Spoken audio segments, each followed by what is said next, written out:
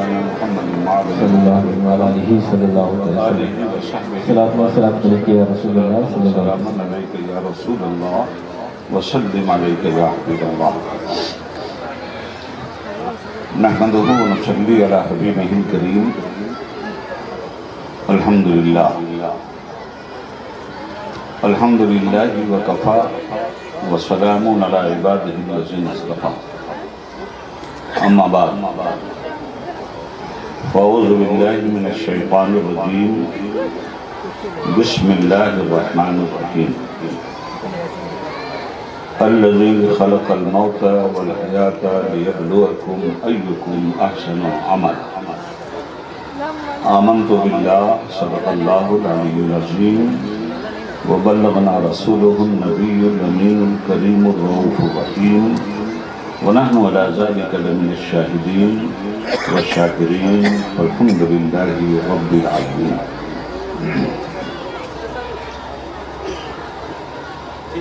صدر اجلاس باوقار علماء ملت اسلامیہ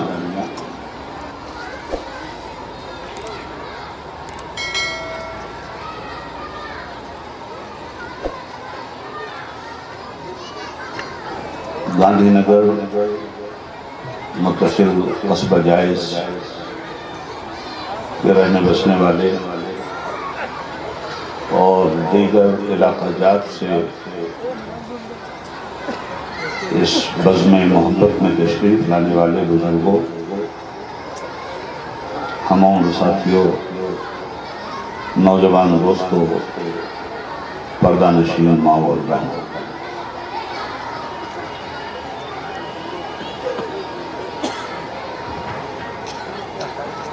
سب سے پہلے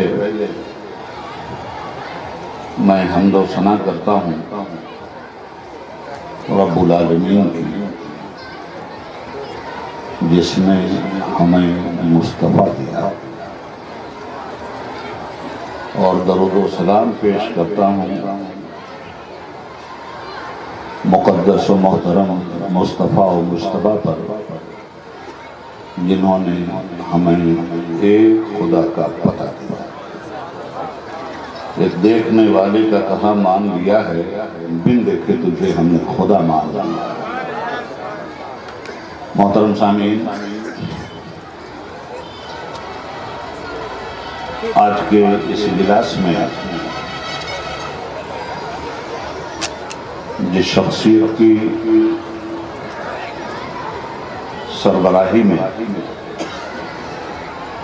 سرپرستی میں اور ذمہ داری ہم لوگ برسوں سے سالانہ جلسہ دستار فضیلت کے موقع پر حاضری دیتے رہے ہیں،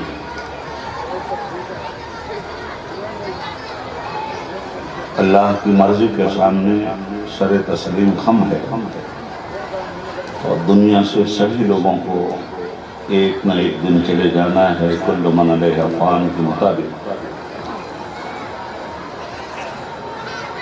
ان کی کمی آج بہت شدت سے محسوس ہوتی ہے۔ قائد ملت حضرت مولانا حسن رضا صاحب علیہ رحمت و رضوان، جو اس علاقے کی مذہبی، سیاسی، تہذیبی، اخلاقی حیثیت کے مالک تھے، آج ہم میں نہیں ہیں اور دنیا سے رخصت ہو گئے۔ اللہ تعالیٰ سے دعا ہے کہ ابر رحمت ان کے مرقد پر گہر باری کرے، حشر تک شان کریمی ناز برداری کرے، پروردگار انہیں جوار رحمت میں جگہ عطا فرمائے، اور ان کے اخلاص کی برکتوں سے جو مدرسہ تاج العلوم کی شکل میں ظلمت شب میں روشنی کا کام انجام دے رہا ہے۔ اس مدرسے کو، اس کے احباب کو، اس کے متعلقین کو، مدرسین کو، منتظمین کو صحت و سلامتی کے ساتھ شاد و آباد رکھا اور اس کی نورانی فضاؤں میں ہمیں اور آپ کو زندگی گزارنے کی توفیق و حکمت عطا فرمائے۔ مولانا کی شخصیت کا تعارف رسمی طور پر جیسا کہ زمانے میں ہوتا آیا ہے، آج اس اسٹیج سے بھی الفاظ کی شکل میں کروایا جا رہا ہے۔ مزید ان کی زندگی پر مبنی ان کی خدمات کا تفصیلی جائزہ لینے کے لیے ہمارے اور آپ کے مرکز تعلیم حافظ ملت علیہ رحمت الرضوان کی یادگار الجامعۃ الاشرفیہ مبارک پور کے ایک ہونہار فرزند جو علم و عمل سے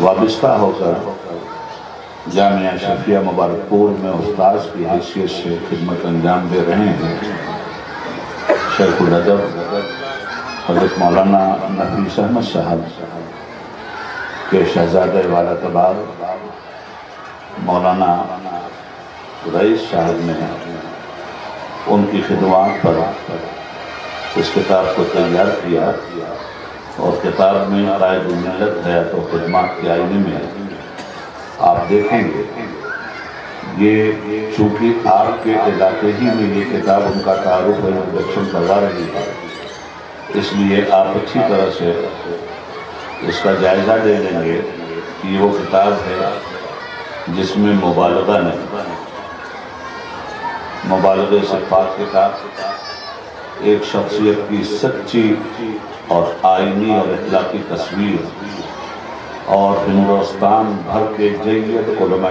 کرام کے حساس خیالات اس کتاب میں مولانا کی زندگی کی ترجمانی کر رہے ہیں۔ انشاءاللہ تفصیلی طور پر ان کی زندگی کے وہ خد و خال بھی آپ کے سامنے آئیں گے جو بسا اوقات ساتھ رہنے کے بعد بھی نگاہوں سے اوجھل ہوتے ہیں اور آپ بے اختیار پکار اٹھیں گے، کہاں چھپا تھا یہ گوہر ہمیں معلوم نہ تھا۔ بس انہی چند جملوں کے ساتھ میں مولانا کی خدمات کو ہدیہ تبریک پیش کرتا ہوں اور مجھے امید نہیں بلکہ یقین ہے کہ ان کے صاحبزادگان ان کی پراخلاص روایت کو زندہ رکھتے ہوئے اگلی نسلوں تک ان کی امانت کو ایمانداری سے پہنچائیں۔ حضرات گرامی، ابھی آپ نے مجھ سے پہلے علم و فقہ کی آبرو حضرت علامہ مفتی محمد نظام الدین صاحب قبلہ مدد اللہ العالی سے مسائل دینی کو خوب اچھی طرح سماعت فرمایا ہے، اور یہ سلسلہ جو حضرت نے پورے ملک میں شروع کیا ہے، اس سلسلے کے یہ ایسے موجب ہیں کہ اس سلسلے میں ان سے جو مسائل برسر اسٹیج پوچھے جاتے ہیں اور ان مسائل کا جو شافی و کافی وہ جواب عنایت فرماتے ہیں، اس سے ہمیں جلسہ گاہ میں درسگاہ کا مزہ ملتا ہے۔ اور آج پھر انہوں نے ہمیں سیراب کیا۔ اللہ تعالیٰ سے دعا کیجیے کہ ملک کی اس عظیم المرتبت ہستی کو، جنہیں ہم فقیہ اسلام حضرت مولانا مفتی نظام الدین صاحب پرنسپل الجامعۃ الاشرفیہ مبارک پور کے نام سے جانتے ہیں، ان کو علم و عمل کی تابانیوں سے پروردگار ہمیں اور آپ کو خوب مستفیض ایک لمبی عمر تک فرماتا رہنا۔ معزز سامعین، جلسے تو ہر سال ہوتے ہیں اور ہوتے رہیں گے۔ جلسوں کے پیٹ سے برآمد ہونے والا مال اگر خام ہے تو جلسوں پر اتنی بڑی رقم پانی پھیر دیتی ہے، اور جلسوں کے بطن سے نکلنے والا مال اگر خالص ہے تو وہ عوام الناس کی عملی زندگی میں ہر قدم پر سکہ رائج الوقت کی ضمانت بنتا ہے۔ یہ اجلاس کچھ سوچنے کے لیے، کچھ سمجھنے کے لیے اور اس پر عمل کرنے کے لیے بلایا گیا ہے۔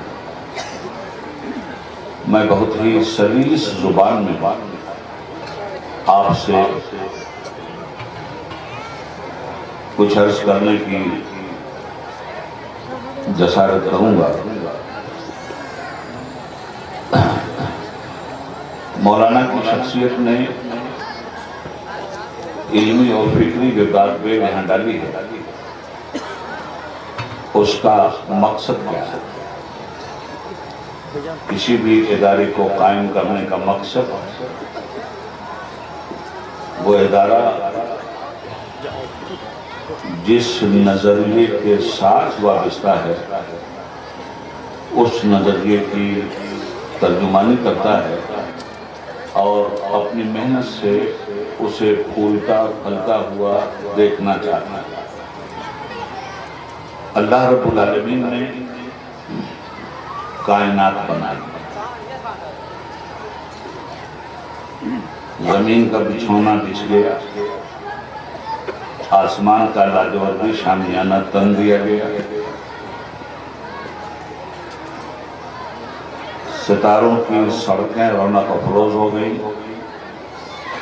کہکشاں کا کارواں چلنے لگا، چاند چاندنی برسانے لگا،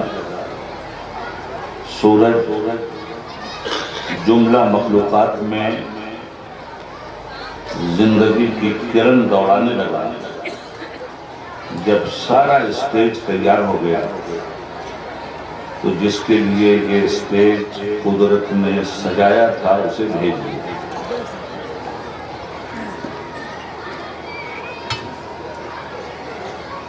ہفتوں سے کوشش ہو رہی تھی اس اسٹیج کو سجانے کی، ہر طرح کے انہمات کے ساتھ انتظام کیا گیا، اور یہ انتظام اس لیے ہوا کہ عوام کی ہدایت کے لیے ملک کے جید علماء کرام تشریف لا رہے ہیں اور وہ ہمیں ایمانی، دینی اور اخلاقی تعلیم سے مستفیض کریں گے۔ جب یہ سب کچھ ہو گیا اس کے بعد اس اسٹیج کی زینت مفتی نظام الدین صاحب کو بنایا گیا، مولانا منظور صاحب کو بنایا گیا، شیخ الادب مولانا نفیس صاحب کو بنایا گیا، اور من جملہ سارے علماء کرام اس اسٹیج کی زینت بن کر رونق افروز اسٹیج ہوئے۔ اب آپ کو ان سے بڑی امیدیں ہیں، اور یہ آپ کے نفع کے حریص ہیں، لالچی، گویا دونوں طرف ہے آگ برابر لگی ہوئی۔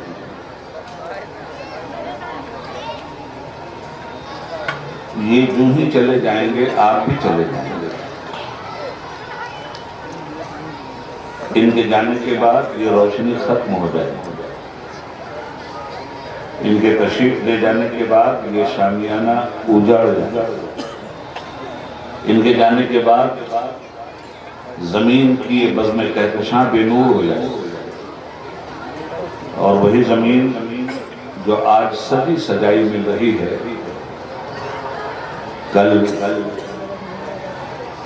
دلہن کے بجائے کسی بیوہ کے آنچل کا سما پیش نہ۔ میں یہ مثال اس لیے دے رہا ہوں کہ کون تھا وہ جس کے لیے اتنی بڑی کائنات سجا دی گئی، اس کے استقبال کے لیے اور اس کی ضروریات کو پورا کرنے کے لیے ضروریات کو پہلے بھیج دیا گیا اور اسے بعد میں بھیجا گیا۔ زمین کا بچھونا بچھایا گیا، کوئی اس پہ رہنے کے لیے آئے گا۔ چاند و سورج کی روشنی بکھیری گئی، کوئی اس کو مسخر کرے گا، اس سے فائدہ اٹھائے گا۔ آگ، مٹی، ہوا، پانی، یہ ساری چیزیں پہلے ہی فراہم کر دی گئیں، اس لیے کہ اس کے بغیر آنے والے کا کام ہی نہیں چلے گا۔ جب یہ سب کچھ ہو گیا تو پھر اعلان ہوا وَإِذْ قَالَ رَبُّكَ لِلْمَلَائِكَةِ إِنِّي جَاعِلٌ فِي الْأَرْضِ خَلِيفَةً۔ اب ہم بھیج رہے ہیں جس کے لیے یہ سب کچھ بنایا۔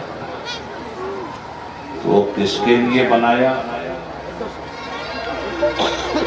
جو ساری مخلوق میں سب سے خوبصورت، سب سے بہتر پیکر میں ڈھلا گیا، جس کی صنعت پر خود صانع کو فخر ہوا اور ناز ہوا، اور اس صانع فطرت نے کہا لَقَدْ خَلَقْنَا الْإِنسَانَ فِي أَحْسَنِ تَقْوِيمٍ، ہم نے انسان کو بہترین خوبصورت پیکر میں ڈھال کر بنایا ہے۔ یہ حضرت انسان تھے جن کے لیے یہ سب کچھ بنایا گیا۔ اب اس زمین پہ آنے کے بعد کنٹرول میں انسان کے سب کچھ دیا گیا۔ تصرفات کی منزل یہ ہے کہ اتنی بڑی زمین انسان کے کنٹرول میں، کہکشاں کی تسخیر انسان کے کنٹرول میں، چاند اور سورج کی روشنی کو گرفتار بھی کرنا اور اس سے فائدہ اٹھانے کی عقل اور علم انسان کے کنٹرول میں۔ گویا پروردگار نے جو کچھ بنایا وہ سب انسان کے لیے۔ اتنی بڑی نعمت سے نواز کر اس نے اس انسان کو مخاطب کیا کہ اے انسان، ہم نے سب کچھ بنایا ہے تیرے لیے اور تجھے بنایا ہے اپنے لیے، اور ہر چیز کو تیرا تابع فرمان بنایا۔ زمین کو اس طرح تیری غلامی میں دیا کہ تو جیسے چاہے چیرے پھاڑے، اس پر جو تیرا جی چاہے وہ کر لے۔ آب و ہوا کو ہر طرح سے تو مسخر کرے۔ ہم نے تیرے تصرفات کی ایک دنیا بنا دی، وَسَخَّرَ لَكُمُ الشَّمْسَ وَالْقَمَرَ، چاند و سورج کو لیے بھی تیرے لیے مسخر کر دیا۔ تو اب یہ ساری کی ساری چیزیں تو اس انسان کے لیے ہیں۔ انسان سے خدا کہتا ہے کہ تو میرے لیے، تو اب میرے لیے ہے تو تیری مرضی زمین نے دیکھا، تیری مرضی میں ڈھل گئی، آب و ہوا نے دیکھا، تیری مرضی میں ڈھل گئے۔ جن چیزوں کو تو نے استعمال کرنا چاہا وہ چیزیں تیری مرضی میں ڈھل گئی۔ درخت جنگل میں پڑا ہوا تھا، تو نے چاہا کہ ہم اسے کاٹیں گے، وہ تیری مرضی پہ کٹ گیا۔ پلاسٹک تیری مرضی پہ کرسی بن گئی۔ غرض یہ کہ جن چیزوں کا جس طرح تو نے استعمال چاہا، ہر چیز تیرے استعمال کے قابل بن کر ثابت کرنے لگی کہ جب ہم سب کو تمہارے ہی لیے بنایا ہے تو تم جس طرح بھی ہمیں استعمال کرو گے ہم استعمال ہوں گے۔ ایک نیچر کی بات کر رہا ہوں آپ سے۔ اب اس کے بعد قدرت نے یہ انسان چونکہ عناصر اربع سے مرکب ہے، آگ، مٹی، ہوا، پانی، یہ اس انسان کا مادہ ہے۔ اصل مادہ مٹی ہے، مٹی کی سپورٹر ہوا ہے، مٹی کا سپورٹر پانی ہے، مٹی کی سپورٹر آگ ہے۔ ادھر دیکھیے، آپ پہلے اپنے بارے میں جانیے کہ آپ کون ہیں۔ انسان کو بنایا مٹی سے، مگر یہ آگ کا نام کیوں لیا گیا؟ آگ بھی شامل، پانی بھی شامل، ہوا بھی شامل. تو اس اصل مادے کے یہ سپورٹر ہیں. مٹی کا گلاوا آپ بناتے ہیں، ایک کمہار کو دیکھ لیجیے، وہ جب کوئی برتن تیار کرتا ہے تو اصل مادہ وہ مٹی کو لیتا ہے اور اس مٹی کو پانی میں بھگوتا ہے. پانی سپورٹر بنا، پھر آگ میں اسے تپاتا ہے، آگ سپورٹر بنی. پھر ہوا کے ذریعے اسے سکھلاتا ہے، ہوا سپورٹر بنی.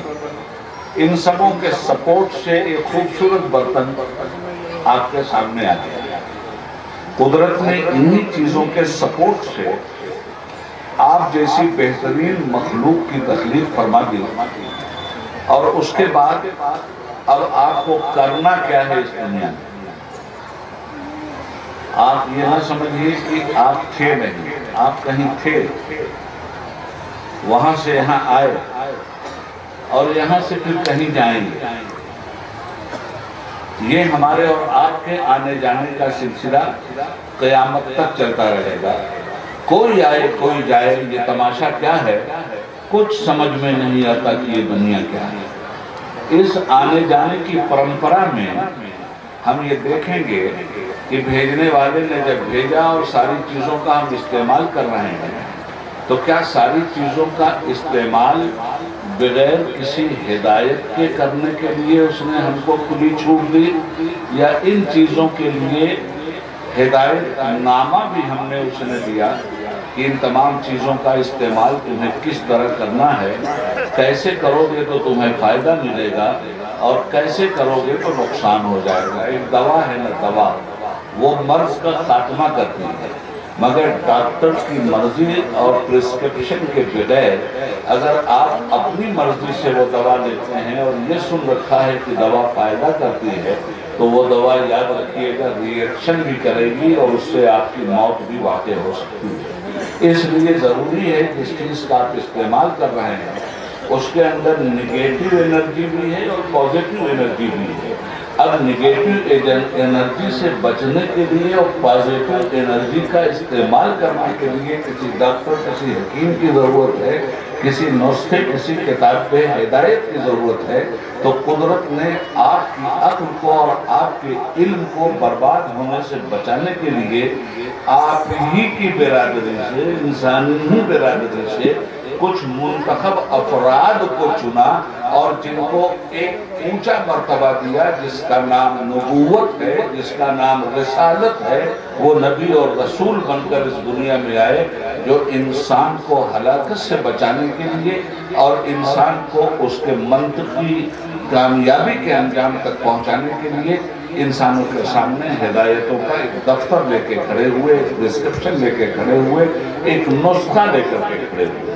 اب اس نسخے پہ جن انسانوں نے عمل کیا انہوں نے اپنے آپ کو موت سے بچا لیا، اور جن انسانوں نے اس نسخے اور اس دوا پہ عمل نہیں کیا انہوں نے اپنے آپ کو موت کے حوالے کر دیا. یہ تو رہی تمہید. اب میں آپ سے عرض کروں کہ صرف ہم ہی کو نہیں پیدا کیا قدرت نے حیات کو بھی پیدا کیا. حیات بھی مخلوق، اور قدرت نے موت کو بھی پیدا کیا، موت بھی مخلوق. اور پھر قدرت کہتی ہے الذی خلق الموت والحیات لیبلوکم ایکم احسن عملا. تم جانو اس بات کو کہ ہم نے حیات کو پیدا کیوں کیا اور موت کو کیوں پیدا کیا، اور اس کے بیچ میں ہم نے تمہاری زندگی کو رکھ دیا حیات اور موت کے بیچ میں. کس لیے رکھ دیا؟ تاکہ ہم تمہیں جانچ لے کہ تم میں اچھے عمل کا مالک کون ہے. معلوم یہ ہوا کہ یہ دھرتی اس وقت تک سورگ بنی رہے گی، جنت بنی رہے گی جب تک یہ انسان بد عملی سے بچ کر عمل صالح کے ساتھ اپنی زندگی اس دھرتی پہ انفرادی طور پہ گزارے گا اور اجتماعی طور پہ گزارے گا. اب ہم لوگ اپنے سماج کا ایک جائزہ لیں. ہمارا یہ سماج ہے اور اس سماج میں ہمارے پاس ایک ملک ہے. ملک کا نام ہندوستان ہے، ہندی ہے ہم، وطن ہے ہندوستان ہمارا. اس ہندوستان میں طرح طرح کی بولیاں ہیں، طرح طرح کی ذات برادریاں ہیں، طرح طرح کے مذاہب۔ ایسی صورت میں قدرت ہمیں کون سی گائیڈ لائن دیتی ہے جس کی بنیاد پر ہم اس ملک کو جہاں رہتے ہیں اسے جنت کی شان بنا دیں؟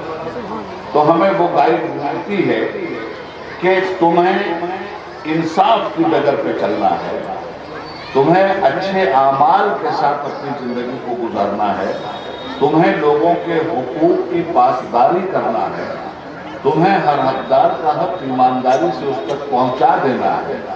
یہ سارا کام جب ہم کریں گے تو ہمارے سامنے ایک صالح معاشرہ پیدا ہوگا، اور یہ صالح معاشرہ دنیا کے اوپر بھی اثر انداز ہوگا، اچھا اثر ڈالے گا، اور ماحول میں وہ بدامنی نہیں پیدا ہوگی، وہ بدامنی نہیں پیدا ہوگی، وہ انتشار نہیں پیدا ہوگا، وہ اختلاف نہیں پیدا ہوگا جس انتشار اور اختلاف کے ذریعے آدمی قبر میں جانے سے پہلے بھی اگر اختلاف اور انتشار کا شکار ہو گیا تو قبر میں جانے سے پہلے ہی وہ اس دھرتی پہ چلتا پھرتا مردہ ہوتا ہے، اس دھرتی پہ چلتا پھرتا بے موت مرا ہوا ایک انسان ہوتا ہے۔ قبر میں تو نبض ہستی ڈوب گئی تو لوگ کہتے ہیں یہ مر گیا، آنکھیں پتھرا گئی تو لوگ کہتے ہیں یہ مر گیا، زبان گم ہو گئی تو لوگ کہتے ہیں یہ مر گیا۔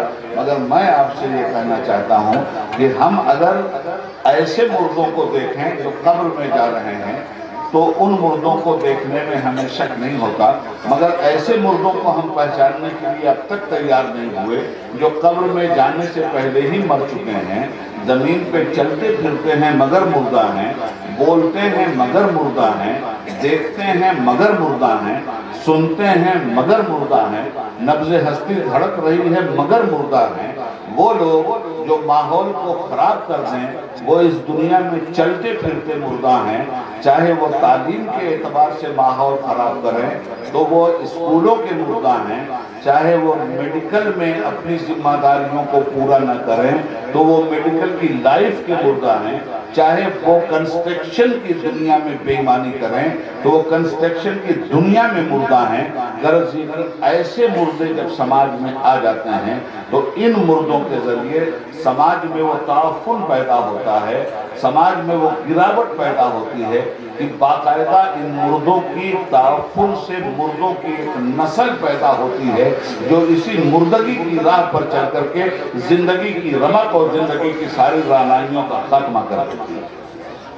میں ذرا گہری باتیں کر رہا ہوں مگر میری باتوں سے زیادہ آپ گہرے لوگ، میں سمجھتا ہوں کہ ان باتوں کو سمجھنے کی آپ کے اندر بھرپور صلاحیت ہے۔ تو اب قدرت زندگی دیا ہے قدرت نے تو آپ سے زندہ کام وہ چاہتی ہے۔ اس نے ایک زندہ نبی بھیجا، اس نے ایک زندہ دین بھیجا، اس نے ایک زندہ کتاب بھیجا۔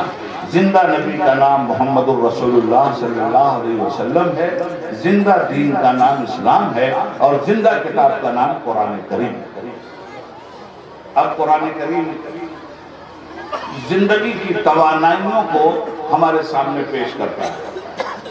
خوش عملی ہی زندگی، ہم نے تمہیں موت اور حیات کے بیچ میں اس لیے رکھا تاکہ ہم تمہیں جانچیں پرکھیں، تمہارا امتحان لیں کہ تم میں اچھے عمل کا مالک ہو۔ اچھائیاں ہمیشہ زندگی دیتی ہیں اور برائیاں ہمیشہ زندگی کو مردگی کے ماحول میں سسکتا ہوا چھوڑ دیتی ہیں۔ بس ہمیں یہ چاہیے کہ ہم اچھا عقیدہ اختیار کریں، اچھا عمل اختیار کریں، اچھا اخلاق استعمال کریں، اچھا علم حاصل کریں، اچھے آدمی اور اچھے انسان بنیں، اچھا معاشرہ بنا کر کے اس دنیا سے رخصت ہوں۔ تو یہ اچھائیاں جانے والا چلا گیا، مولانا حسن رضا صاحب چلے گئے، مگر ہم انہیں مردہ اس لیے نہیں کہہ سکتے کہ ان کی اچھائیاں انہیں زندہ رکھیں گی، ان کا مدرسہ انہیں زندہ رکھے گا، قرآن و حدیث کی تعلیم انہیں زندہ رکھے گی، اصلاح معاشرہ کا انقلاب انہیں زندہ رکھے گا، ماحول کے اندر خرابیوں کے مقابلہ کرنے والا مرد مجاہد خرابیوں سے لڑتا ہوا گیا ہے اور آنے والی نسلوں کو بھی زندگی کی رمق دیتا ہوا گیا ہے۔ اور اس قدر انقلابی انداز میں اس آدمی نے اصلاح معاشرہ کی تدوین و ترتیب و تنظیم کیا تھا کہ میں اپنا ہی ایک نابالغ شعر ایسے لوگوں کے لیے سنانا چاہتا ہوں۔ کرنوں سے آس توڑ لے ذروں کو آفتاب کر، کرنوں سے آس توڑ لے ذروں کو آفتاب کر، صبح کہیں گزر نہ جائے صبح کے انتظار میں۔ کرنوں سے آس توڑ لے ذروں کو آفتاب کر، صبح کہیں گزر نہ جائے صبح کے انتظار میں۔ اچھے اعمال کا انقلاب برپا کرنے کے لیے کسی کا انتظار نہیں کرنا چاہیے۔ میں اکیلا ہی چلا تھا جانب منزل، مگر لوگ ساتھ آتے گئے اور کارواں بنتا گیا۔ ایک چراغ عشق سے جلتے گئے کتنے چراغ، خواب کا ہر ذرہ ماہ و کہکشاں بنتا گیا۔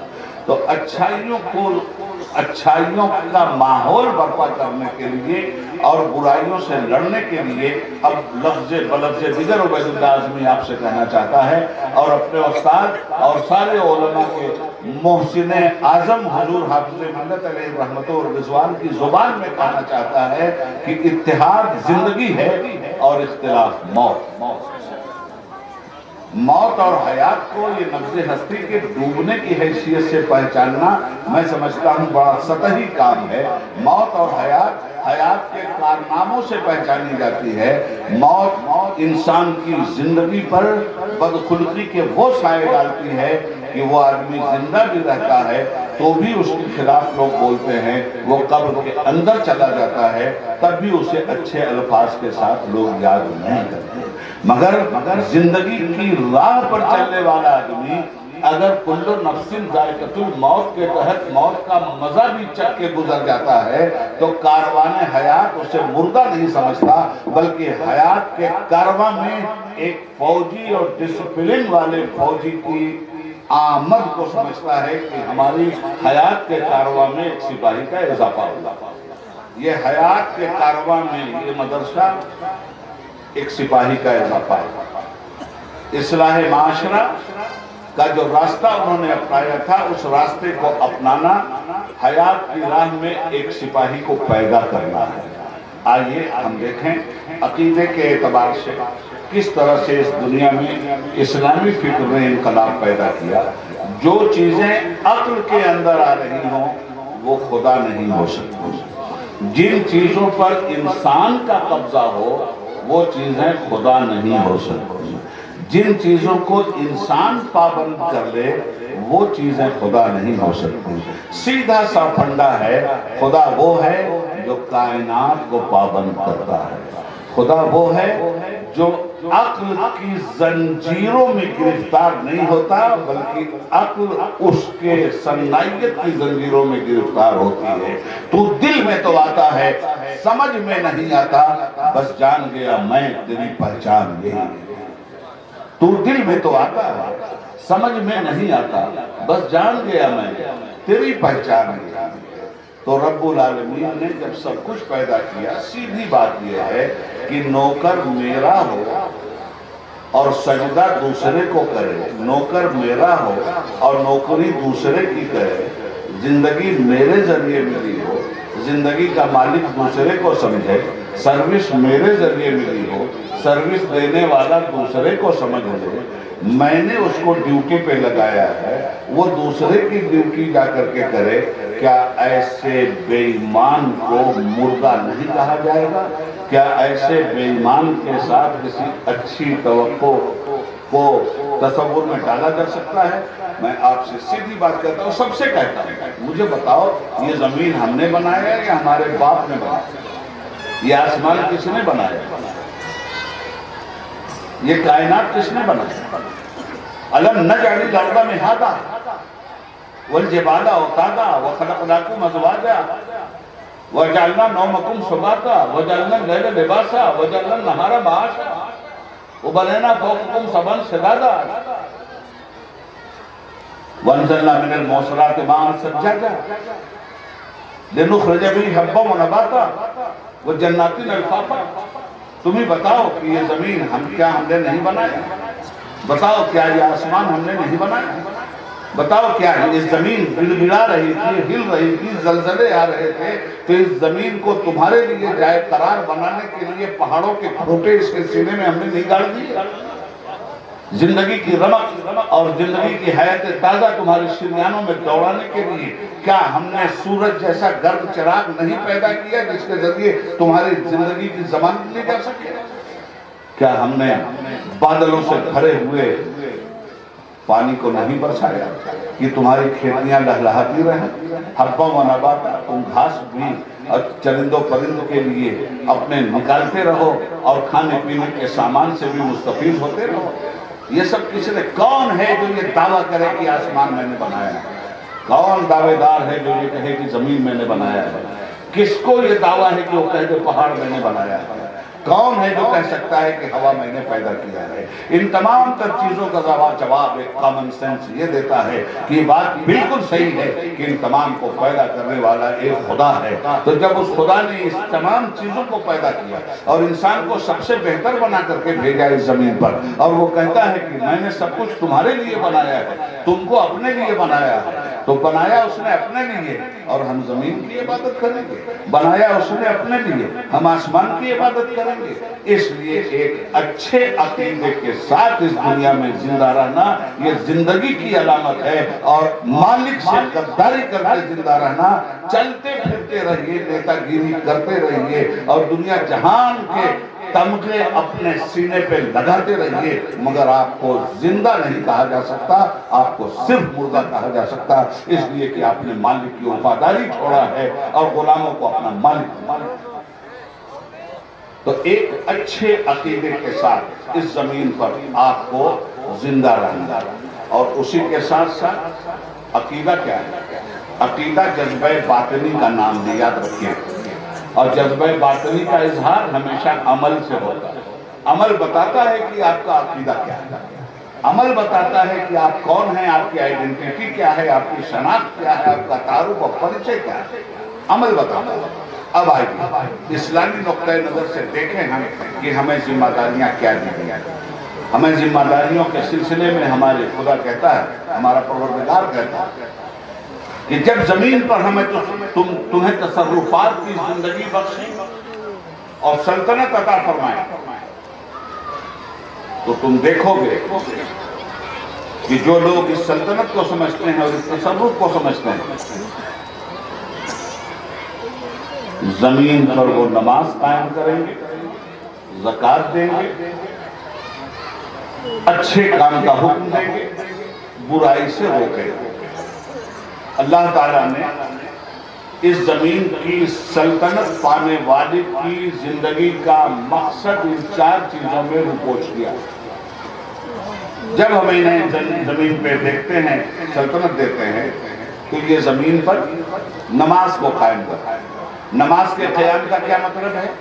ایک اجتماعی نظام عبادت ہے تاکہ یہ پتہ چلے اپنے مالک کے سامنے اور اس کا کلمہ پڑھنے کے بعد 5 وقت سجدے میں جا کر بندہ اس بات کا اقرار کرے کہ مولا ہم مٹی آب و ہوا کی بنی ہوئی چیز ہیں، الانسان مرکب من الخطأ والنسیان، ہمارا تعارف ہے، ہم سے خطا ہو سکتی ہے، غلطی ہو سکتی ہے، گناہ ہو سکتا ہے، مگر مولا ہم نے 5 وقت یہ سجدہ کر کے تجھے تیری بارگاہ میں گواہی دی ہے کہ ہم تیرے گناہگار تو ہو سکتے ہیں، تیرے غدار نہیں۔ گناہگار ہونا اور بات ہے، غدار ہونا اور بات ہے۔ اب اس کے بعد فرمایا گیا کہ اب تم اس زمین پر برائیوں کو روکو اور بھلائیوں کو برپا کرو۔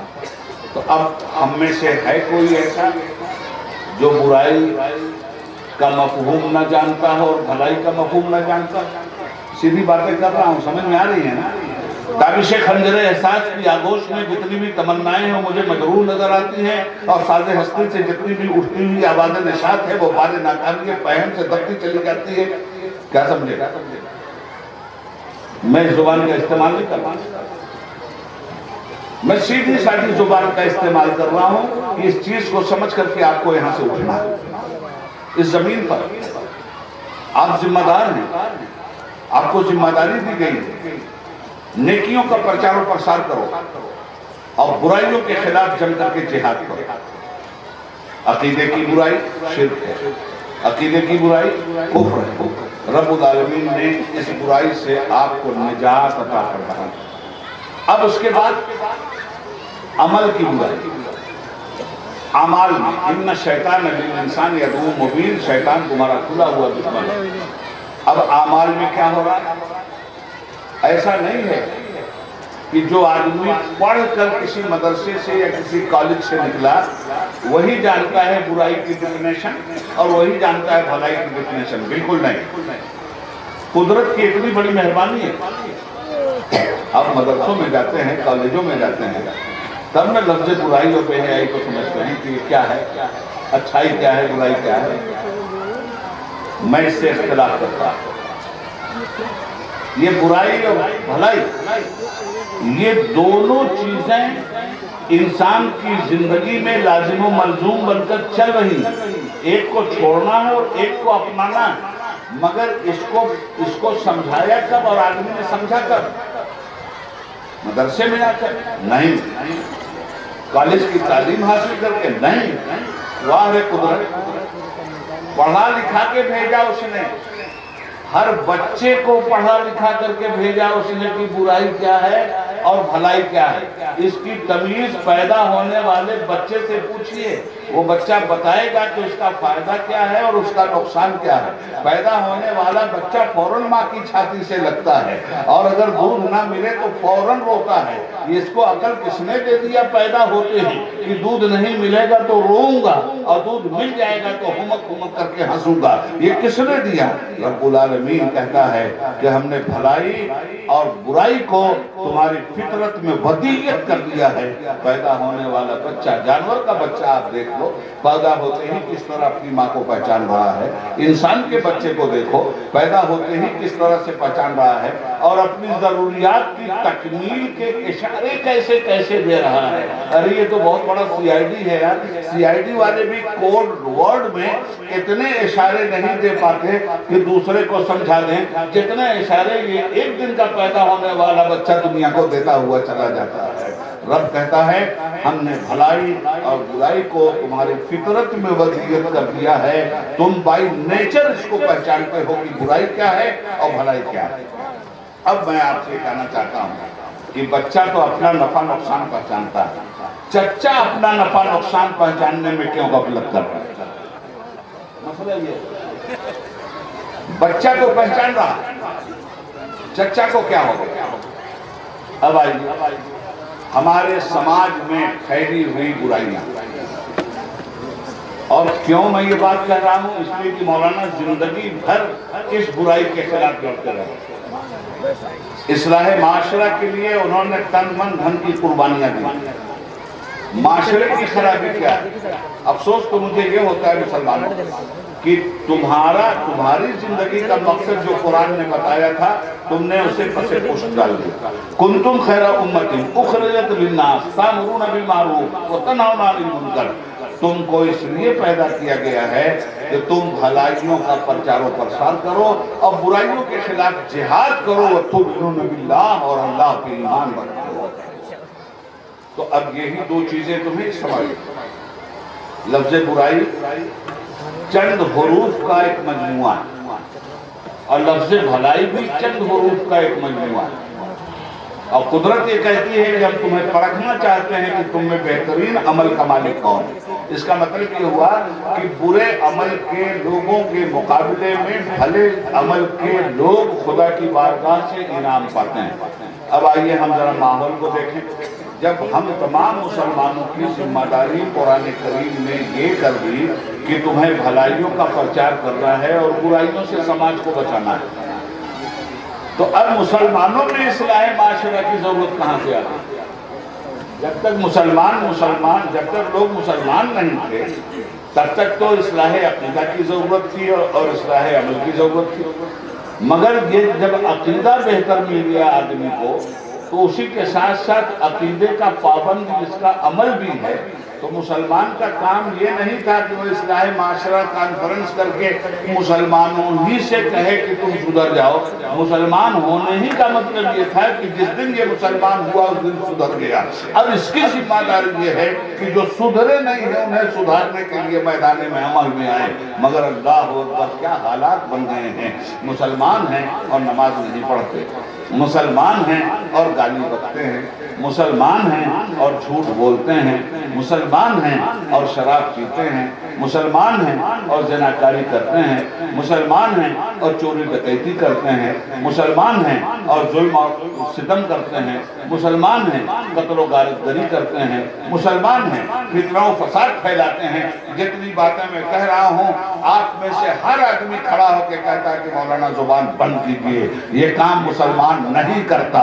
مگر آج آپ میں سے ایک آدمی مجھے للکارنے والا نہیں مل سکتا کہ یہ کام مسلمان نہیں کرتا. جو کام نہیں کرنا چاہیے تھا اس کام کا پرسنٹیج جب ہم مسلمانوں میں دیکھتے ہیں تو کیا ضرورت نہیں ہے اصلاح معاشرہ کی. آپ مجھے بتا دو, ایک بیٹی آپ کے گھر پیدا ہوئی اور ایک بیٹی آپ کے کسی دوسرے بھائی کے گھر پیدا ہوئی, کتنے ناز پیار اور دلال سے پالا آپ نے, کس طرح سے پالا. آپ کے دین نے آپ سے کیا کہا تھا, یہ رحمت ہے تمہارے لیے.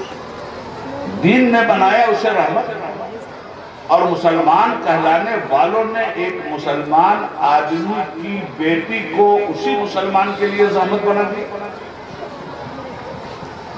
شادی کی دہلیز تک جب وہ آئی, رشتے جب اس کے طے ہونے لگے تو ایک مسلمان نے دوسرے مسلمان سے کہا تمہاری بیٹی تو ہم ضرور لے جائیں گے, شادی ہم ضرور کریں گے, مگر اس دور کی سب سے اچھی موٹر سائیکل چاہیے, اس دور کی سب سے اچھی کار چاہیے. یعنی امیر آدمی ہے تو دولت کے اعتبار سے جہیز مان رہا ہے, اور غریب آدمی ہے تو غربت کے لحاظ سے جہیز مان رہا ہے. ہزاری باغ ایک جگہ ہے جھارکھنڈ میں, وہاں ایک صاحب کی بیٹی کی شادی اس بات پہ طے ہوئی کہ وہ اتفاق سے ذات سے درزی تھے, انہوں نے کہا سلائی کی مشین دے دو تب شادی کریں گے. آپ ذرا مجھے بتاؤ کہ یہ پرمپرا ہمارے ماحول میں چل رہی ہے کہ نہیں چل رہی ہے؟ کیا یہ مناسب ہے؟ ہر آدمی بیٹی والا ہے. آپ دوسرے کی بیٹی کو لانے کے لیے جس طرح کا دباؤ اس کے خاندان پر, اس کے ماں باپ پر ڈال رہے ہو, کیا آپ کی بیٹی جب آپ کے گھر سے نہیں اٹھے گی تو آپ کو تکلیف نہیں ہوگی؟ آپ کی بیٹی کے لیے جب آپ کے اوپر یہی دباؤ ڈالا جائے گا تو آپ کو تکلیف نہیں ہوگی؟ میں سماج میں پھیلی ہوئی برائیوں سے متعلق کچھ باتیں کہنا چاہتا ہوں. بلا جہیز کے یعنی آپ کیا کرنا چاہتے ہیں؟ بیٹا بیچنا چاہتے ہیں؟ مسلمان ہو کر اگر آپ مسلمان نہیں ہیں تو مجھے کچھ نہیں کہنا, جہیز مانگیے چاہے ایٹم بم مانگیے, مگر مسلمان اگر ہیں آپ کو مجھے آپ سے کہنا ہے, اور میں آپ کو مسلمان سمجھ رہا ہوں اسی لیے کہہ رہا ہوں. مسلمان کا یہ سیوا نہیں, مسلمان کا یہ کام نہیں. اسلامی شادی کا طریقہ یہ نہیں ہے کہ لڑکی والوں سے جہیز مانگے, لڑکی والوں سے آپ فرنیچر مانگیں, لڑکی والوں سے آپ فریج مانگیں, لڑکی والوں سے آپ موٹر سائیکل اور کار مانگیں, لڑکی والوں سے آپ کہیں گے بیٹا میرا انجینئر ہے, بیٹا میرا ڈاکٹر ہے, 50 لاکھ روپیہ ایرا ہاسپٹل میں نے MBBS کے لیے دیا تھا اور MD کر کے آیا ہے, 2 کروڑ روپیہ اوپر لگا ہے, 2.5 کروڑ یہ لگا ہے, تو کم سے کم 6 کروڑ کا مال تو لڑکی والوں کے یہاں سے ملنا ہی چاہیے. یعنی آپ نے پڑھایا تھا اس لیے ڈاکٹر صاحب کو کہ چلو ابھی تو یہ خرچ کر لو, 1.5 کروڑ روپیہ کا خرچ آ رہا ہے, مگر یہ 1.5 کروڑ روپیہ سود بیاج کے ساتھ واپس لائے گا, کوئی تو لڑکی والا پھنسے گا. تو آپ یہ جو سود بیاج کے ساتھ لے رہے ہیں, لڑکا بیچ رہے ہیں, اس کو بیچ ہی تو رہے ہیں نا, اس کی قیمت ہی تو لگا رہے ہیں نا. آپ ذرا سا زندہ ضمیر ہو تو سوچیں, بہار میں ایک جگہ ہے سون, حاجی پور کے پاس, وہاں لگتا ہے میلہ, اور وہاں آتے ہیں جانور بکنے کے لیے. پھول مالا جانوروں کے گلے میں ڈال دیا جاتا ہے, اور جانور آ کے لوگ خریدتے ہیں. تو جہیز کے ایسے لالچیوں کو میرا مشورہ ہے کہ جب وہاں میلہ لگے تو اپنے بیٹوں کو بھی لے جا کر کے وہاں کھڑا کر دیں تاکہ ان کی بھی بولی وہاں آرام سے لگ سکے اور اچھی بولی لگانے والے آ جائیں گے, کوئی زیادہ پریشانی بھی نہیں ہوگی. کیا بے غیرتی کا معاملہ آ گیا ہے. ارے بھائی, دوسرے کی لڑکی لا رہے ہو, اسلامی طریقہ یہ ہے کہ جب آپ شادی کرو تو شادی کے لیے جو دلہن آپ اپنے گھر میں لا رہے ہو اس کے لیے اپنی حیثیت کے مطابق گھر میں اس کے رکھنے کا سامان پہلے کریں. یہ جو آپ مانگ رہے ہو نا, یہ آپ کو خود کرنا. اور یہ جو لڑکی والوں کے ہاں بارات جا رہی ہے, اے بھائی دیکھو, ہمارے باراتی خوش رہنے چاہیے. ہاں, ہمارے باراتیوں کی عزت بہت اچھی ہونی چاہیے, اور کم سے کم اس دور میں 100 آدمی نہیں لے آئیں تو ہماری عزت کیا رہے گی.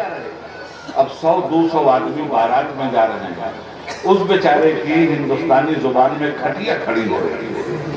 اس طرح سے اسے تباہ کیا جا رہا ہے, یعنی وہ کھیت رہن رکھ کے شادی کر رہا ہے, یا سود پہ پیسہ دے کے شادی کر رہا ہے, یا زیور بیچ کر کے شادی کر رہا ہے. ذرا گھریلو ماحول پہ ایک نگاہ تو میرے مسلمانوں ڈال دو کہ ان حالات سے تو وہ بیچارہ گزر رہا ہے, جبکہ ذمہ داری آپ کی تھی. یہ ولیمہ کس لیے رکھا گیا ہے؟ تو ولیمہ آپ واپس آ کے کریں گے اور کھانا لڑکی کے گھر بارات لے جا کے کھائیں گے. غلط ہے یہ طریقہ, اسلام اسے روا نہیں رکھتا, اسلام اسے سخت ناپسند کرتا ہے. لڑکی والوں کے ہاں یہ جو بارات آپ لے کے جا رہے ہیں, یہ بارات بند کیجیے. 2-4-5 آدمی گھر والے جائیں, لے کے آئیں, رہ گئی کھلانا اور کھانا. تو آپ اپنے گھر میں دعوت ولیمہ اسی لیے کرتے ہیں کہ اس خوشی کے موقع پر, مگر خوشی منائیں گے آپ اور خرچہ دیں گے دوسرے سے. کون سا طریقہ ہے بھائی؟ کیا یہ طریقہ بند نہیں ہونا چاہیے؟ اور اسی کے ساتھ ساتھ کیا کیا ہے, اب ڈی جے چلے, وہ معلوم نہیں ایسی بھینکر آوازیں آتی ہیں کہ سرجیکل اسٹرائک کی آواز بھی ہم نے ایسی نہیں سنی ہوگی جیسی بھینکر یہ آوازیں آتی ہیں. بڑی خطرناک آواز. توبہ لا حول ولا قوت الا باللہ العلی العظیم. اچھا, اس کے بعد ناچتے. ارے بے غیرتی تو یہ ہو گئی ہے حضرت مولانا مفتی نظام الدین صاحب قبلہ, یہ بے غیرتی ہو گئی ہے کہ میں 12 ربیع الاول شریف کو گیا تھا بولنے کے لیے آج سے 4 سال پہلے بنگلور شہر میں, اور مجھے سننے کے لیے 5 لاکھ کا مجمع تھا. مگر یہ مجمع جو 5 لاکھ کا جلوس سے جلسے میں حضرت تبدیل ہوا, اس مجمع کو میں نے اتفاق سے ایئرپورٹ سے آتے ہوئے دیکھا تھا. دھنائی تو میں نے بہت طبیعت سے کر دی اس جلسے میں. یہ مجمع میلاد النبی میں ڈی جے بجا رہا تھا, میلاد النبی کے جلوس میں ڈی جے بجا رہا تھا. جب میں کہتا ہوں کہ یا اللہ میرا حال دے, حکم ہوتا ہے کہ اپنا نام ہے اعمال دے. اسی لیے قدرت کہتی ہے الذی خلق الموت والحیات لیبلوکم ایکم احسن عملا. ہم نے موت اور حیات کو اس لیے پیدا کیا ہے کہ تمہیں جانچے کہ تم میں اچھے عمل کا مالک کون ہے. یہ کیا ہے؟ آپ سوچیں کہ نفسیاتی دباؤ میں ایک آدمی کو ہسٹریا کا شکار آپ بنا رہے ہیں. بچے کو اس لیے نہیں پڑھایا تھا, ڈاکٹر اس لیے نہیں بنایا تھا.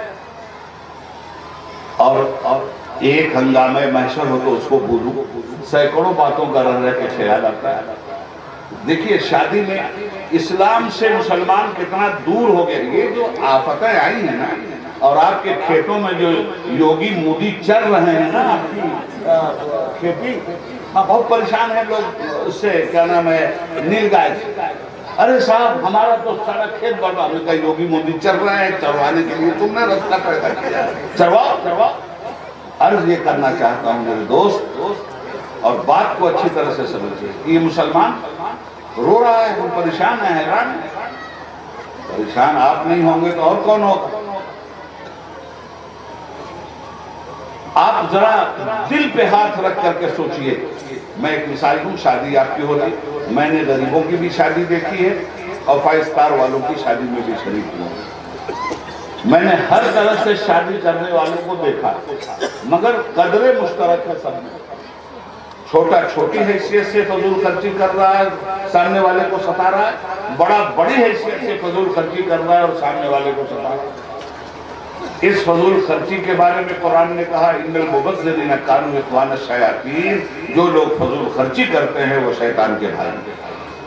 اس جھوٹ بولنے والے کے لیے قرآن نے کہا لعنت اللہ علی الکاذبین، جو جھوٹ بولتا ہے اللہ کی اس کی لعنت ہے۔ اس ظلم کرنے والے کے لیے قرآن نے کہا واللہ لا یہدی القوم الظالمین، اللہ ظالم کا ساتھ نہیں دیتا۔ اس زنا کرنے والے کے بارے میں قرآن نے کہا ولا تقربوا الزنا انہ کان فاحشا وساء سبیلا، بڑا برا راستہ ہے، اسے چھوڑو۔ یہ شراب پینے والے کے لیے، جوا کھیلنے والے کے لیے، لاٹری لگانے والے کے لیے قرآن نے کہا انما الخمر والمیسر والانصاب والازلام رجس من عمل الشیطان، یہ سب شیطان کے نجس اور ناپاک کام ہے۔ تو شیطان کے نجس کام ہیں، ناپاک کام ہیں۔ اب تو ان کاموں کا مسلمانوں سے کیا واسطہ بھائی؟ اب مسلمانوں کا ان کاموں سے کیا واسطہ؟ جب تک مسلمان نہیں ہوئے تھے، غور میں سنیے گا بات، لیکن ہم تو تقریر وقری کرنا بھائی بھول گئے، اور خطابت کو ہم نے جب سے 3 طلاق کا مسئلہ آ گیا وہ بھی مودی کے حوالے کر دیا، سیدھی سیدھی بات ہم کرنے لگے۔ ہاں، ہم لفظوں سے کھیلنا بہت جانتے تھے، لفظوں کو بلہ بنا کے چھکا اٹھا دہلا مارتے تھے، سب بھول گئے۔ اب ہم جو آپ سے بات کر رہے ہیں تو اس کو سنیے اور خوب اچھی طرح سے ذہن نشین آپ فرمائیں۔ جب تک آپ مسلمان نہیں تھے، اس لیے کہ مسلمان کسی برادری کا نام نہیں، ذہن میں رکھیے بات، مسلمان کسی ذات برادری کا نام نہیں ہے، اسلام کسی ذات برادری کا نام نہیں۔ دنیا کے کسی بھی مذہب کا آدمی جب اسلام کی دہلیز پہ آئے تو کسی بھی مذہب کا رہا ہو، کسی بھی ذات کا رہا ہو، یہاں آنے کے بعد اس کا نام بدل جاتا ہے۔ گھر والوں نے ہمارا آپ کا نام رکھا نا، کالج میں ہم نے پڑھا انجینئرنگ، ہم انجینئر صاحب ہو گئے، ایک نام مل گیا۔ میڈیکل کالج میں پڑھا ہم نے، MBBS کیا، ایک نام کالج نے دے دیا ڈاکٹر۔ یہ جتنے نام ہیں مخلوق کے دیے ہوئے، تو کیا خالق نے اس پیکر شرافت اور پیکر حسن و رانا کو بلا نام کے چھوڑا ہوگا؟ جب ہم نام دیتے ہیں تو کیا خالق نام نہیں دیتا؟ تو خالق کہتا ہے کہ جو لوگ ہمارا کلمہ پڑھ لیتے ہیں ہم نے بھی ان کو ایک نام دیا، ہوا سماکم المسلمین، تمہارے رب نے تمہارا نام مسلمان رکھا، تمہارے رب نے تمہارا نام مسلمان رکھا۔ تو جب تک آپ مسلمان نہیں ہوئے تھے، ایمانداری سے بتائیے، کسی نے آپ سے کہا تھا کہ نماز پڑھو؟ یہ موٹی موٹی باتیں کر رہا ہوں، سمجھ میں آ رہی ہوں۔ جب تک آپ مسلمان نہیں، جب تک آپ نے کلمہ لا الہ الا اللہ محمد رسول اللہ نہیں پڑھا تھا، آپ سے کسی نے کہا تھا کہ نماز پڑھو؟ آپ سے کسی نے کہا تھا کہ روزہ رکھو؟ آپ سے کسی نے کہا تھا کہ یہ بدعملی چھوڑو، یہ شراب چھوڑو، یہ جوا چھوڑو؟ کسی نے نہیں کہا، مگر جب آپ نے اسلام کو قبول کیا تو اسلام نے کہا یہ سب چھوڑو، جوا چھوڑو، شراب چھوڑو، پکڑو کیا؟ نماز کو پکڑو، روزے کو پکڑو، حج کو پکڑو، زکات کو پکڑو، اچھائی کو پکڑو، صدقات کو پکڑو، بچوں پہ رحم کرو، عورتوں کے احترام کرو، بڑوں کا رسپیکٹ کرو، علم حاصل کرو، جہالت سے بچو، سچ بولو، جھوٹ مت بولو، عورتوں کی حفاظت کرو، عورتوں کے ساتھ بلاکار مت کرو، یہ سب کچھ اسلام نے آپ کو تعلیم دی۔ اب عالم یہ ہو گیا ہے کہ عیسائیوں کے ہاں عبادت کا طریقہ جانتے ہیں کیا ہے؟ سنڈے ٹو سنڈے، سنڈے کو آئیے چرچ میں، فادر آف چرچ کے سامنے ہاتھ جوڑیے، ہفتہ بھر میں جتنی برائی بے حیائی کی ہے سب ان کے کان میں پھونکیے، اور اس کے بعد ان سے پاکیزگی کا پروانہ لیجیے، سب بتائیے فادر آف چرچ کو کہ ہفتہ بھر میں آپ نے یہ کیا ہے، اب وہ آپ کے لیے دعا کریں گے اور آپ کو ہفتہ بھر کے گناہوں کی صفائی کا سرٹیفکیٹ دیں گے، پاک ہو کے آپ نکل گئے۔ اب پھر ایک ہفتے کے بعد آپ آئیں گے عبادت کرنے اور پھر سرٹیفکیٹ پائیں گے۔ مسلمانوں، وہی رویہ کیا ہماری اکثریت نے نہیں اپنا لیا؟ ان کے ہاں سنڈے ٹو سنڈے اور ہمارے ہاں جمعہ ٹو جمعہ کیا نہیں ہو گیا؟ ایمانداری سے بولو، میں بڑی صاف صاف باتیں کر رہا ہوں۔ جمعہ ٹو جمعہ، اچھا بھائی آئے کیوں جمعہ کے دن؟ بڑا پاک صاف ہو کر کے آئے،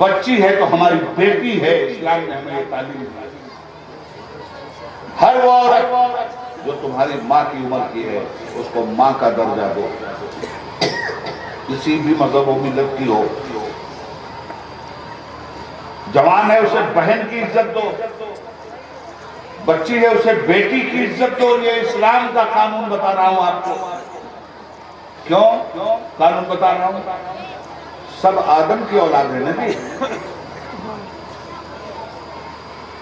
آدم کی اولاد سب ہے نا کہ نہیں ہے؟ ارے بھائی کسی بھی ہمارے ہندو بھائی سے کہہ دو کہ تم آدمی نہیں ہو، پھر دیکھو تماشا، گھر سے کہے گا کیا ہم جانور ہیں؟ اچھا وہ مسلمان سے کہہ دے کہ تم آدمی نہیں ہو، پھر دیکھو تماشا۔ کسی آدمی کو اگر آپ نے کہہ دیا کہ تم آدمی نہیں ہو، فوراً وہ اپنے آدمیت کے حق کے لیے آپ سے لڑ جائے گا۔ کیوں آدمی کہلاتے ہیں؟ اس لیے کہ پہلے انسان کا نام تھا آدم۔ یہ جو لوگ ہمارا دھرماترن کر رہے تھے نا اور کہہ رہے تھے گھر واپس آ جاؤ، گھر واپس آ جاؤ، 1000 سال پہلے تمہارے باپ بابا دادا سے مسلم تھے اس لیے واپس۔ آر ایس ایس نے سارے کھیل کر دیے نا 4 سال میں۔ 4 سال میں 4.5 سال میں دیکھیے اب الیکشن کا اعلان آگے ہوا ہے، ہوشیار رہیے گا، بہت بڑے شڑینتر کے ساتھ یہ ہوا ہے۔ 19 مئی تک یہ الیکشن چلے گا، 11 اپریل سے لے کر رمضان شریف کے اندر یہ الیکشن آ رہا ہے۔ کوشش یہ ہے کہ مسلمانوں کے ووٹ کا پرسنٹیج گر جائے، مگر مسلمانوں ظالم سے لڑنا موت کی آخری ہچکی تک تمہارے اوپر فرض ہے۔ روزہ اگر تمہارے اوپر فرض ہے تو اس ظالم کا ظلم مٹانا بھی تمہارے اوپر فرض ہے۔ روزہ رکھنا اللہ کی عبادت کے لیے اور روزہ رکھ کر ووٹ کے لیے ڈٹ جانا اللہ کے بندوں کو ظالم کے ظلم سے نجات دیتا ہے۔ نعرہ تکبیر، نعرہ رسالت، عرس قائد ملت، خواجہ کا ہندوستان کا سنی مسلمان حضرت علامہ مولانا عبید اللہ خان اعظمی صاحب قبلہ، نعرہ تکبیر۔ راہل گاندھی کا انٹروڈکشن مانگا جاتا ہے، یہ کون ہے؟ ان کے باپ کا انٹروڈکشن مانگا جاتا ہے، جواہر لال نہرو پر ٹپنی کی جاتی ہے، جس نے اپنا سارا سرمایہ ملک کو دیا، جس کا کپڑا پیرس سے دھل کے آتا تھا اور فقیروں جیسی زندگی اس نے ملک کی آزادی کے لیے گزار دیا۔ میں تو کہتا ہوں، میں ابھی گیا تھا بہرائچ، تو بہرائچ میں مجھے لا کے ایک اسٹوڈنٹ نے بتایا کہ حضرت لا کے 2nd سیمسٹر میں شاہ بانو کیس آ گیا، پورا پڑھایا جا رہا ہے، اور اس میں ہے کہ لیڈ بائی عبید اللہ خان اعظم، اور وائوا میں ہم لوگوں سے پوچھا جاتا ہے کہ اس مسلم لیڈر کا نام بتاؤ جس نے شاہ بانو کیس میں دھواں دھار انقلاب پیدا کر کے سپریم کورٹ کے فیصلے کو پارلیمنٹ سے ڈیلیٹ کروایا۔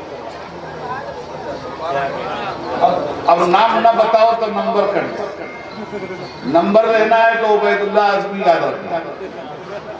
خیر یہ تو رب العالمین کا کرم ہے، میرے حفظ ملت کی میرے ساتھ دعائیں اور وہ دعائیں کام آئے۔ میں تو یہ صرف آپ سے عرض کرنا چاہتا ہوں کہ یہ جو انٹروڈکشن مانگ رہا ہے، جس طرح وائوا میں فرض کیجئے اس ملک کا سب سے زیادہ ٹف ایگزام کون سا ہے؟ سن لیجئے 10 منٹ اور، ملک کا سب سے ٹف ایگزام آئی ایس اور آئی پی ایس۔ آئی پی ایس اور آئی ایس کے ایگزام میں وائوا میں کچھ بھی پوچھا جا سکتا ہے۔ اگر پوچھ لیا ایگزامنر نے کہ یہ بتاؤ ملک کے وزیر اعظم نریندر مودی کے باپ کا نام کیا ہے، لڑکا پاس ہوگا کہ فیل؟ تھوڑا صاحب بھی بولو۔ اور اگر پوچھا جائے کہ نریندر مودی کے باپ کا نام کیا ہے، پاس ہوگا کہ فیل؟ اور پلٹ کے اگر یہ پوچھا جائے کہ راہل گاندھی کے باپ کا نام کیا ہے تو فیل ہوگا کہ پاس؟ اور پوچھا جائے کہ راجیو گاندھی کی ماں کا نام کیا ہے تو فیل ہوگا کہ پاس؟ اور پوچھا جائے اندرا گاندھی کے باپ کا نام کیا ہے، فیل ہوگا کہ پاس؟ تو چلنا ہمیشہ اس کے ساتھ جس کے باپ کا پتہ ہو. جس کے باپ ہی کا پتہ نہیں ہو وہ پتہ پوچھ رہا ہے دوسروں کا.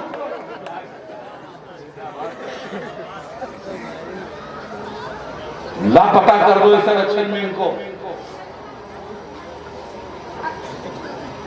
اس لیے کہ جہاد زندگانی میں یہی مردوں کی شمشیریں ہیں جسے اوٹ کہتے ہیں. آج غافل نہیں ہونا. بات دور چلی گئی.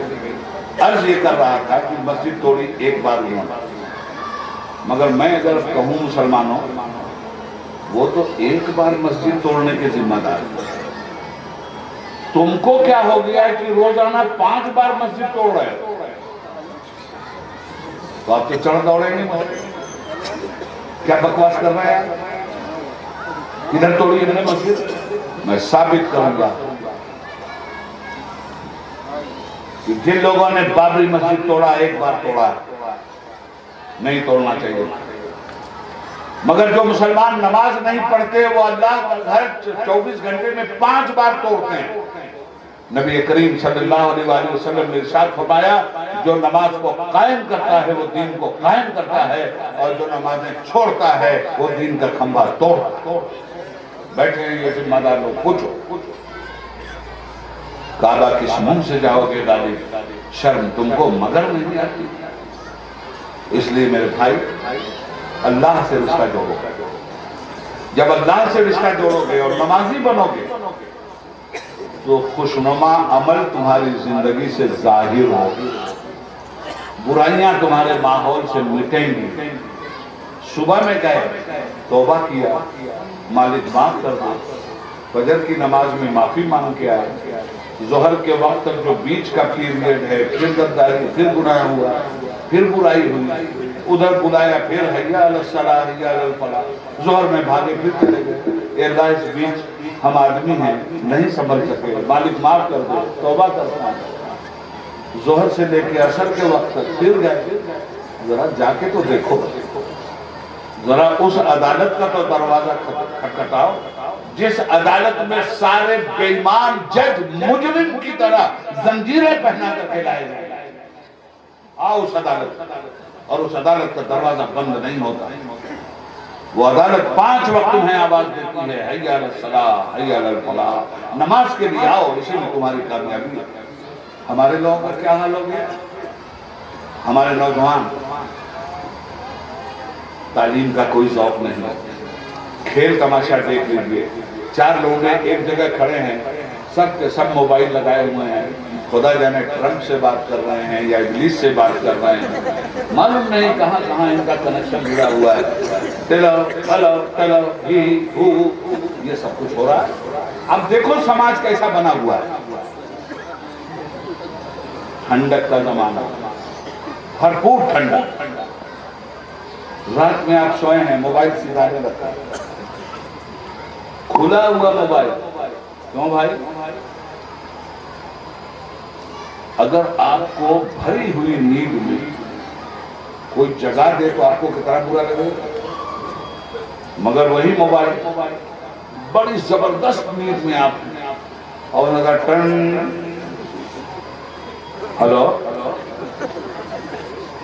یہ کیا بات ہے؟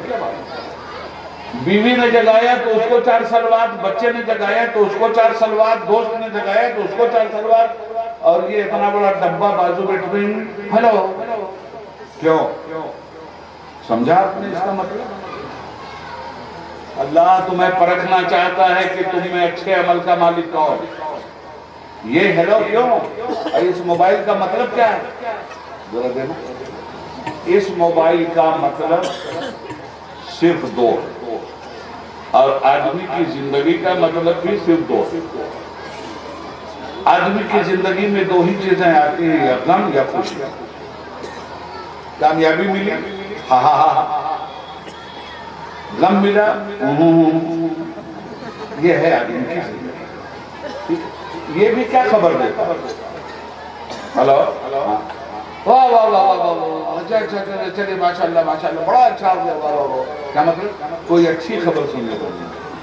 ہلو ہاں ہاں ارے کیسا ہو گیا؟ ارے میں تو مر گیا ختم ہو گیا. یہی تو خبر ہے نا کہ کوئی تیسری بھی ہے. دکان جلا دیا لوگوں نے, مکان جلا دیا لوگوں نے, بچے میں آگ لگ گئی, بچہ گر گیا, ہارٹ فیل ہو گیا, ہاسپٹل پہنچ گئے. کون سی خبر آ رہی ہے؟ یا خوشی کی خبر یا غم کی خبر. آپ اتنے چوکس ہیں خوشی کی خبر حاصل کرنے. آدمی کیا چاہتا ہے؟ نیچر بائی نیچر ہر آدمی کامیابی چاہتا ہے. کوئی جو کہہ دے مجھے کامیابی نہیں چاہیے؟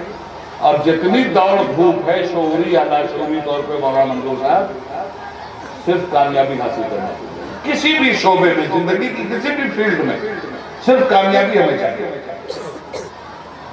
یہ بھی کامیابی کے لیے رکھا, کامیابی چاہیے. اٹھ گئے, کتنی بھی کڑی نیند ہو آپ اٹھائیں گے کہ نہیں فون؟ جاننا چاہیں گے نا کہ کسی نے فون کیا ہے تو کیا کہہ رہا ہے, ہماری کامیابی کی خبر دے رہا ہے یا ہماری بربادی کی خبر دے رہا ہے؟ اس میں تو شک نہیں ہے نا. اے میرے بھائی, اللہ و رسول سے کتنا یقین آپ کا کلمہ پڑھنے کے بعد اٹھ گیا ہے کہ رات میں آپ سوئے ہیں, یہ موبائل ٹنٹنایا تو ہیلو نیند توڑ دیا, اور جب خدا کا موبائل مسجد سے اذان کی آواز کے ذریعے حی علی الصلاۃ اور حی علی الفلاح کہتا ہے تب کیوں نہیں نیند ٹوٹتی ہے؟ مجھے مسلمانوں سے اس کا جواب چاہیے. یہ قدرت کا ٹیلی فون بجا ہے صبح سویرے, اور کامیابی بھی تو چاہیے. وہ چلا چلا کے کہہ رہا ہے حی علی الفلاح, کامیابی چاہیے یہاں, کامیابی چاہیے یہاں. تو بدعملی تو بتا رہی ہے کہ ایمان ہی رخصت ہو گیا ہے بھائی صاحب. خدا نہ خواستہ میں کسی کو کافر رکن نہیں بناتا بھائی, میں ہر مسلمان کے ساتھ اس نے ظن رکھتا ہوں, مگر میں آپ سے کہہ رہا ہوں کہ ہماری غفلت کا کتنا لمبا زلف محبوب کی طرح دراز سایہ ہے جس گھنی چھاؤں میں ہم بدمست ہو گئے ہیں. اب آپ مجھے بتائیے کہ اصلاح ہونی چاہیے کہ نہیں؟ ابھی میں تر بولتا ادھر اٹھاتا ادھر اٹھاتا, نعرہ تکبیر, نہیں چھوڑیں گے دوست کا دامن, نہیں چھوڑیں گے. ابھی پکڑا کب؟ نہیں چھوڑیں گے رٹ لگا رہے ہو, پہلے پکڑو. 5 وقت کی نماز پڑھنے والا اٹھتا ہوا قدم بولتا ہے نہیں چھوڑیں گے دوست کا دامن, نہیں چھوڑیں گے خواجہ کا دامن. الذی خلق الموت والحیات لیبلوکم ایکم احسن عملا. ہم نے موت اور حیات کو اس لیے پیدا کیا ہے کہ تمہیں پرکھیں کہ تم میں اچھے عمل کا مالک کون ہے. جو اچھے عمل کا مالک ہے وہی زندہ ہے, جو برے عمل کا مالک ہے وہ مردہ ہے. آخری بات, ایک بہت امیر و کبیر آدمی کا جنازہ جا رہا تھا. بہت امیر و کبیر آدمی, ایئر کنڈیشن میں رہنے والے کا جنازہ تھا, اور ایئر کنڈیشن میں کار سے جا کے جنازہ پڑھنے والوں کا جمع بخیر تھا. 400-500 لوگ پہنچ گئے. ہاں, ان کے جنازے بھی بہت ڈیکوریٹ جگہوں پہ ہوتے ہیں. اب وہاں جو پہنچے, امام کا مصلی بچھایا گیا, دھوپ بہت تھی, گرمی کا زمانہ تھا, پسینے سے لوگ لار بار ہو رہا. امام صاحب آئے, اب آپس میں گوئیاں شروع ہوئے, یار تنخواہ تو پوری دی جاتی ہے, معلوم نہیں کہاں مر گئے, معلوم نہیں کیا ہو گیا, یہ امام صاحب کو کیا ہو گیا, یہ لوگ اے موقع پہ گرمی ہو رہی ہے, یہاں اے سی نہیں ہے, فلانا نہیں ہے, ٹھکانا نہیں. اچھا صاحب کیا کریں؟ اسی قبرستان میں ایک مجذوب بیٹھے, کچھ لوگ ان کے پاس چلے گئے, کہا صاحب ہمارے امام صاحب نہیں آئے ہیں, جنازہ حفاظت کرتا ہے جو اللہ کے قانون کی حفاظت کرتا ہے, اور اللہ ان کی تقدیریں بدلتا ہے جو خود اپنی تقدیر بدلنے کے لیے جدوجہد کرتے ہیں. ہم بھول گئے سب. اچھا صاحب وہ بھی آئے بڑے میں, نہ حال معلوم نہ چال معلوم, آگے کھڑے ہو گئے. کھڑے ہو کے کہا لوگوں نے, جنازہ کی نماز میں ہوتا ہی کتنا ٹائم؟ 5 منٹ, 4 تکبیر. بڑے میاں نے نیت کیا اللہ ہو, کھڑے ہیں لوگ.